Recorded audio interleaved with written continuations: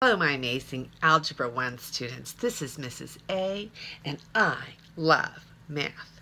We are on lesson 10, which is division by zero. So we need to learn what division by zero means, and we're also going to talk about conversions of area in the later sections. So division, remember, undoes multiplication, and multiplication undoes division. So they are what we call inverse operations. Okay, so if we know that 2 times 3 is 6, then we can undo that with 6 divided by 3 is 2, or even 6 divided by 2 is 3. And so here we have 6 divided by 2 by 3 is 2, or 2 times 3 is 6. So they undo each other, and that's very important to remember. So here we have another 6 divided by 2 is 3, and therefore 3 times 2 is 6, and they are inverse operations. So that begs us to question, what is 6 divided by 0? Now, in trying to analyze what 6 divided by 0 is, we are going to have to think about this inverse relationship between division and multiplication. So here we go. We have 6 divided by 0 is something. So we just put a question mark here. We don't know what it is. We're trying to figure it out. So now we turn this statement, this division statement, around to be multiplication. So we have something, question mark, times 0 is 6. Question mark times 0 is 6. Well, we know from our algebra rules and our arithmetic that anything times 0 is 0, not 6. So, in other words, there is no way that we can get to 6 with a question mark here. Doesn't matter what the question mark is, anything times 0 is going to give me 0, not 6. Therefore, nothing times 0 equals 6. So we go to our next screen. That makes 6 divided by 0 is undefined. Okay, it's an undefined. Anytime we have something that's not 0 divided by something that is 0, it's undefined. Any number divided by 0 is undefined, unless it's a 0 divided by 0, and that is a number that you will learn more about when you get into higher math. It's called the indeterminate. Now, we're not going to do a lot with the indeterminate right now because this is just Algebra 1. So right now, just learn its name. 0 divided by 0 is indeterminate, but any other number divided by 0 is undefined. Okay, so let's look at some problems. So here we've got 4 minus 2 divided by 13. Well, 4 take away 2 is 2, take away another 2 is 0. So we have 0 divided by 13. Now 0 divided by any number is 0. Okay, because if I had 0 divided by 13 is 0, and I went backwards on that with multiplication, it makes sense. 0 times 13 is 0.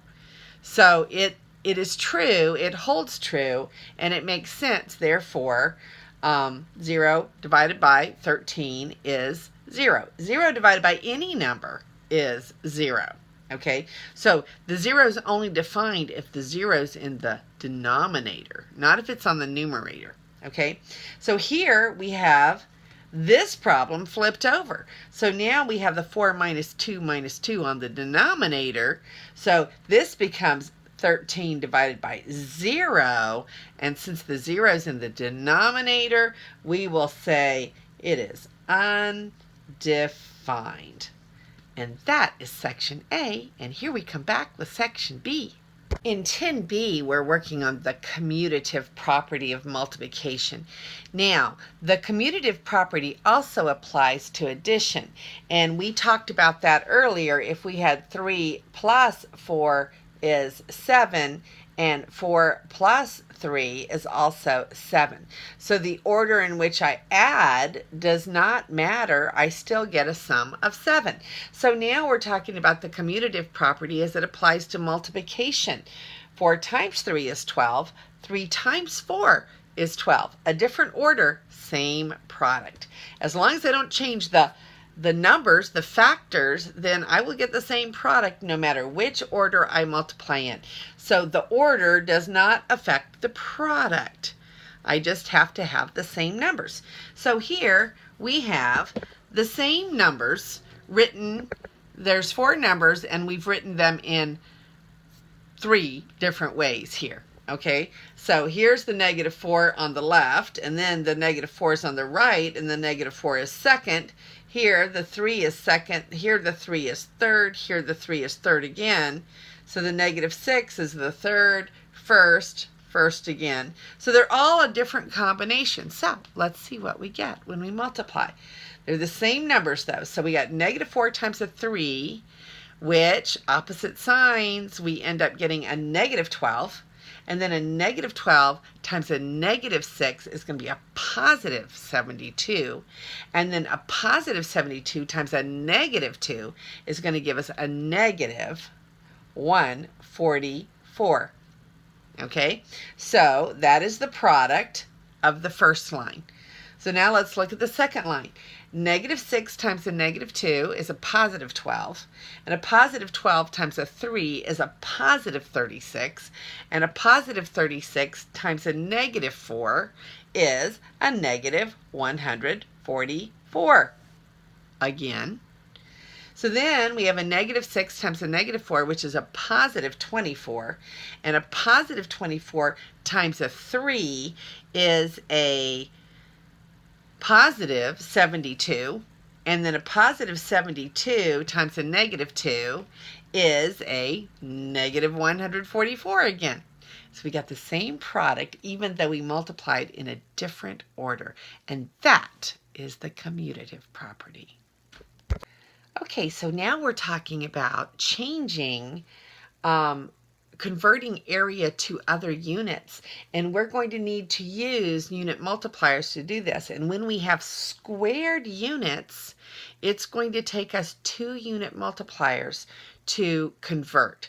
So we know some conversions, right? We always convert inches to centimeters at that spot, from inches to centimeters or from centimeters to inches, because we know that 1 inch is 2.54 centimeters. That is our conversion there. So we could either write that as 1 inch over 2.54 centimeters, or 2.54 centimeters over 1 inch, depending on which way we want to go. But here we're going from square inches to centimeters. So we want centimeters to be on the top because that's what we're heading towards, and we want inches to be on the bottom because that's what we're canceling. But notice, so if we're going to use this one, not this one in this case, okay, but notice that square inches is inches times inches, and I'm going to have to use this conversion twice in order to get the job done. Okay, so here I cleaned up my board a little bit. I'm starting with 44 square inches, and my desire is to get to square centimeters. So I'm just going to put centimeters squared because I don't have much room. But square centimeters and centimeters squared mean the same thing. So now I'm starting here, and I've already decided that this is the unit multiplier that I need, because I need my inches to cancel inches, and I need to be left with centimeters so that I can get a centimeter squared. But can you see that this is only going to cancel one of the inches out? I've got inches squared. So what I really need to do is I need to have this unit conversion squared, or in there twice. So 2.54 centimeters over 1 inch. Okay, so now when I multiply, my inches squared will cancel my inches squared, and I have centimeters times centimeters, which is centimeters squared, and my units will come out right. So this is going to be my pattern. Now remember that your Saxon book is oh so kind, and it does not make you leave your final answer all multiplied together. So your correct answer for this one is you start with the 44 inches squared, okay? And the final answer, they leave out everything except for the centimeters, because what's going to happen? Your inches squared is going to cancel your inches squared, and you're going to be left with centimeters squared, okay? So we're going to end up with 44 times 2.54 times 2.54 centimeters squared, because the centimeters squared is what we have. And that will be our answer to example 10.5.